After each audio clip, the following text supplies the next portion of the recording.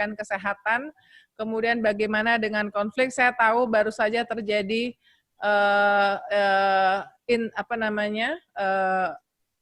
kasus kekerasan, eksekusi ya, persekusi yang terjadi di sana. Nah, bagaimana Mbak?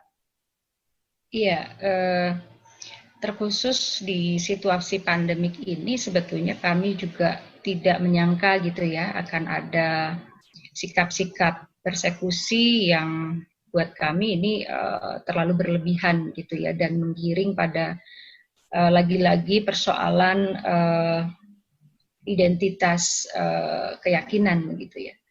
Dan sejauh ini memang proses yang coba kami lakukan adalah proses pemulihan kematian keperdataan ya dari hak-hak sipil.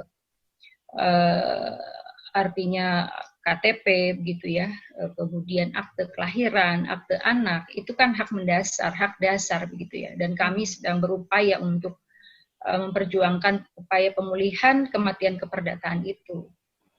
Karena kita tahu bahwa pasca judicial review Undang-Undang Administrasi Kependudukan, ini prosesnya juga tidak sederhana. Itu baru menyasar pengadministrasian KTP, identitas KTP gitu ya. Tetapi pada persoalan-persoalan perkawinan gitu, akte perkawinan ini juga masih bermasalah gitu. Karena mungkin cara pandang pengadministrasian yang dilakukan oleh negara ini belum dipahami dalam arti ya kita ini kan masyarakat yang berbineka gitu ya. Bagi kami masyarakat adat itu tidak bisa dikategorikan sebagai sebuah keormasan karena dia hidup sebelum Indonesia ada gitu ya. Dan proses pengadministrasiannya untuk pemulihan akte-akte perkawinan itu memang masih terkendala pada pengadministrasian seperti ormas begitu ya. Dan kami bersetujuh bahwa masyarakat adat itu bukan katakanlah pengakuannya itu tidak seperti ormas gitu, yang direview 5 tahun sekali begitu, dan ini juga menjadi persoalan.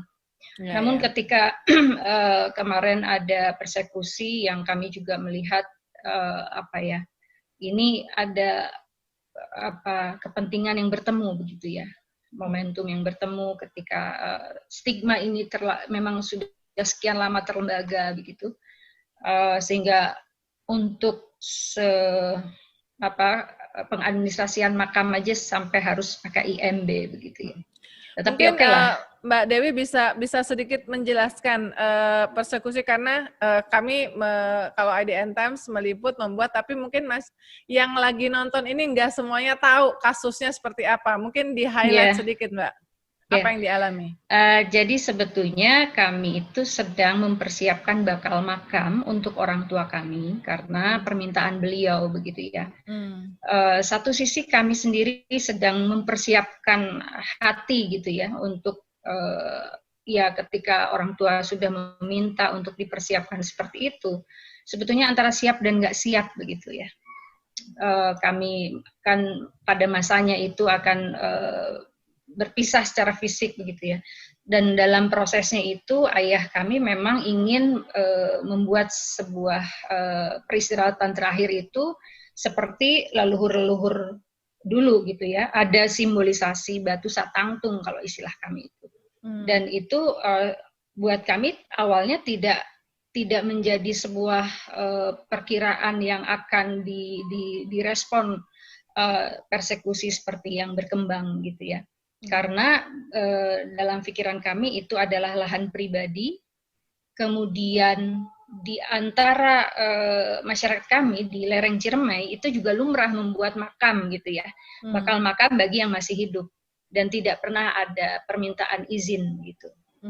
Tetapi bagi kami gitu dianggap harus memakai izin gitu. Dan akhirnya kami juga dimediasi oleh Komnas HAM gitu ya, dan beberapa lembaga juga termasuk KSP gitu ya. Tapi pada gilirannya memang kembali masyarakat yang harus ya seolah prosedural begitu ya. Padahal kalau kita mau jujur, tidak pernah ada makam itu harus diseragamkan bentuknya seperti apa. Gitu. Yeah.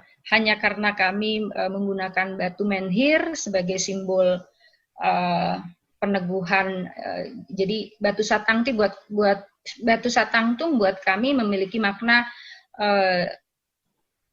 memiliki prinsip kesadaran dan keutuhan sebagai manusia gitu ya. Tidak dijempanjeg nangtung mandiri atau berdiri pada karakteristik kita sebagai manusia dan karakteristik kita sebagai sebuah bangsa. Nah, itu simbolisasi dan buat kami itu kebebasan berekspresi setiap warga negara untuk meyakini sebuah keyakinan kan. Yeah.